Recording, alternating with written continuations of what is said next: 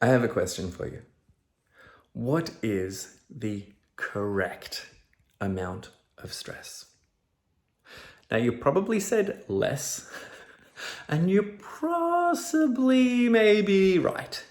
Because for many of us living in this 21st century, super chaotic, super crazy world, yeah, we're probably a little bit more stressed than we should be. But how much more? And in this age where we're constantly being encouraged to relax more and stress less, at what point should we stop and go, okay, I have decreased stress sufficiently. I now have the correct amount of stress.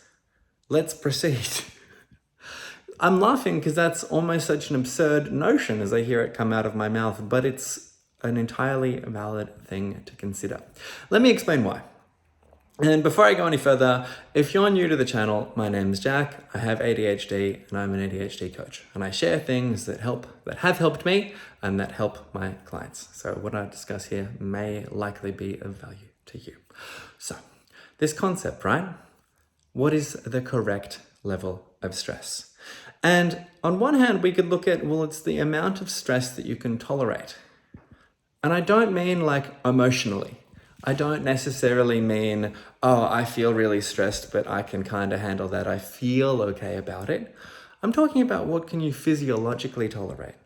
What is the amount of cortisol and adrenaline circulating through your body on a tonic, as in a constant, every single day level, that is going to be acceptable and in fact amenable to function without getting in the way of you being able to do what you need to do because you're too stressed, you're getting burnt out, you're not able to make good decisions, you're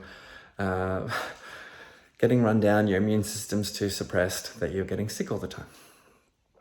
Because, constant state of being in that sympathetic nervous system state.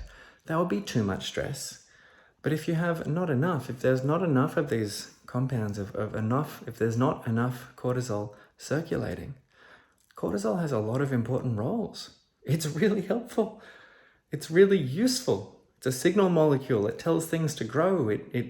It's a painkiller. It does lots of things. It's super valuable to have the correct amount of it.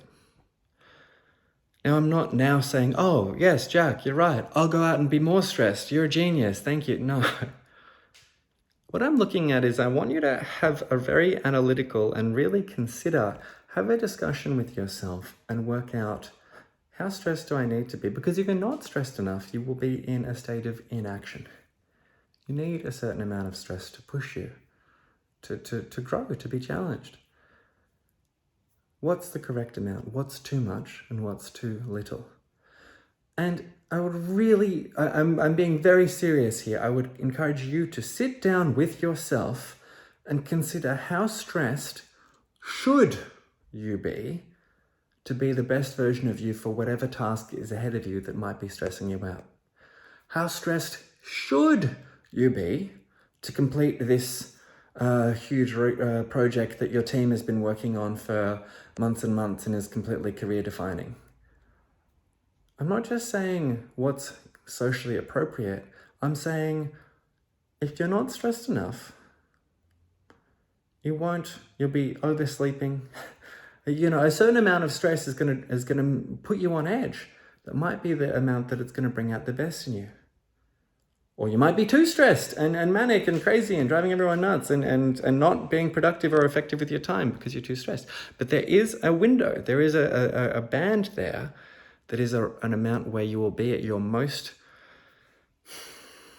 it's the correct amount for you to be in to do that task to the best of your ability. Now, how stressed should you be to have a conversation with your friend who you're getting coffee with later today?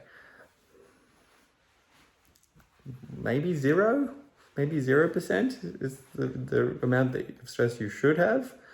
So any stress above that is the wrong amount. Maybe. I don't know you or your friend, but just maybe, just as a concept. And here's what I'm getting at, right? If we're living in this vacuum, this world of lack of data, lack of fixed data points, of knowing, we can't have the discussion of where should I be with any measure of certainty. Instead, we're just floating around going, however I feel now is probably the wrong way to feel for this. I don't know, because I haven't measured it or thought about it. That's the thing I'm telling you not to do. Don't just decide that stress is bad, because anytime you accumulate any stress, that might stress you out, which would be bad, and it might stress you. No. Change your relationship with stress in that.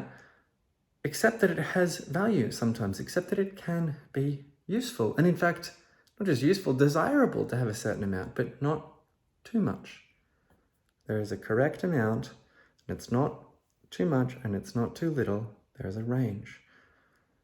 And it will differ and vary from task to task, day by day, person to person, moment by moment.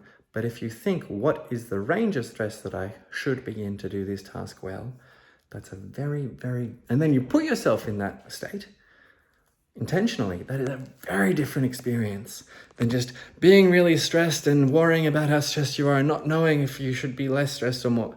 You get my point, right? I think I've made it to death. And this relates to the phrase that came to mind, which I rather like, is the concept of sympathetic load. What is the amount of sympathetic load that you can tolerate?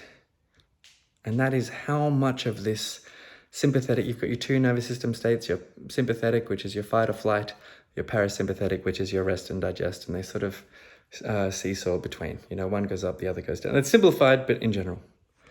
So the more stressed you are, the more fight or flight, the more sympathetic your nervous system is. Staying there for too long has downsides, yes. But there's a right amount. What can your nervous system tolerate? What can you tolerate? What is the range that is going to bring out the best in you? Consider that. Change your relationship with stress. Let it be something that you are in control of, that you are deciding how stressed to be and putting yourself in that state to manage it. And see how that changes your relationship with yourself, with your life, with your productivity, and how stressed you are day by day when you don't need to be. Okay. Thanks for sticking by, sticking around. I hope you enjoyed this video. I hope it was extremely useful. If you have a stress head in your life that you want to send this to, you totally should. It will be hilarious. They'll probably get up to it tactfully. I was going to say share around, and you probably should if you can get this content to people that you think it might help. Great.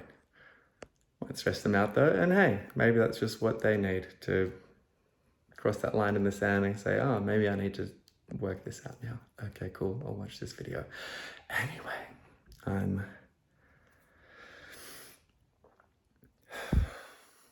thanks for your time. If you like this video and you want to see what I post tomorrow, I post a new video every single day. So subscribe and you can see what I post. That's it. That's all I wanted to say. Thank you again. Hope this helps. Stress less or more, depending. You'll work it out.